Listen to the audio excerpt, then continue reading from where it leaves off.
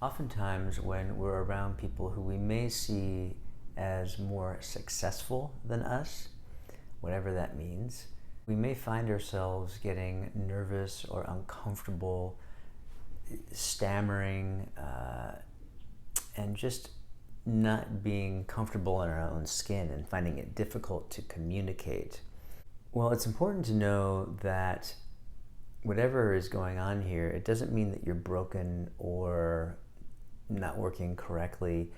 I mean, really what's happening here is you've got a belief system, an unconscious belief system. It's an idea about yourself, your worthiness, what you're capable of.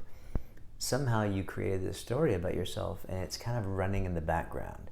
And it's something that you've just gotten so used to that you've accepted it as true.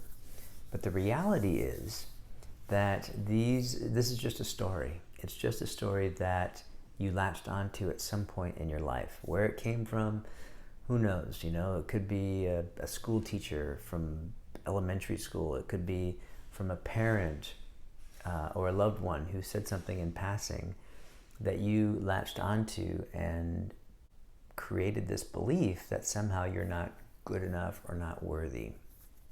Now what happens is, as we hold on to these and we believe them to be true, we begin finding things in our experience to support these old belief systems. And until we actually address these belief systems and question them, they will continue to run the show and show up in circumstances where you may find yourself in a meeting with a prospective client and something about them triggers this old belief system. And it can be anything, you know, that you might think they make more money, or you might think they're more intelligent, or maybe they went to a certain school, or they just have a certain skill set. And it could be anything at all, and it triggers this feeling of, oh no, I'm not measuring up, I'm not good enough, I don't deserve to be here, on and on and on. And so one of the things I really like to help my clients with is unraveling these stories. You see, I see these things as thought loops that are happening in the background. They're not always conscious. Very rarely are they conscious. And even if we're consciously aware of them, it can be difficult to work through them. And so, in fact, that's what many people have done for years and years. Maybe you could relate. You understand that you have this irrational belief, and so you push and force your way through. And oftentimes the result here is an overcompensation. And so you might show up with a little more bravado than you are accustomed to. Or you may find yourself raising your voice or being a little sporadic in your behavior.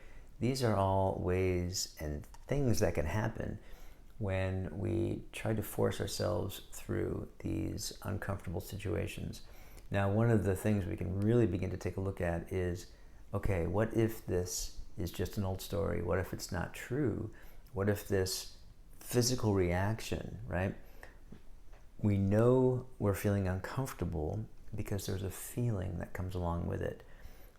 That feeling is a reflection of these old belief systems, these old thought patterns. And so if we can use that feeling, and it can be difficult, I know, because they're called triggers for a reason, right? They happen very quickly and they can be a little overwhelming when they do. But if we can begin to become aware and see these old emotional triggers as nothing more than an old story, old tape that's been running in the background, if we can begin to be aware of that and allow the uncomfortable feeling to remind us that we're caught up in thought, well, that can be enough. That can be enough to give us a little bit of space so that we can begin to allow our nervous system to recalibrate ourselves. You see, at some point, your unconscious mind, for lack of a better word, decided that it didn't want to be in these situations. And so anytime it thinks it's in one of these situations, it gives this emotional reaction. And that emotional reaction is designed to really help you avoid those situations. But here's the deal. You don't need to avoid these situations. And when it comes to your livelihood, business, your performance, whatever it might be, these things are no longer serving you. You want to be able to connect with other people. You want to be able to connect with prospective partners. You want to be able to connect with directors, managers, CEOs, clients. You want to connect with these people so that you can create whatever it is you're creating and enjoy your livelihood and live a fulfilled life.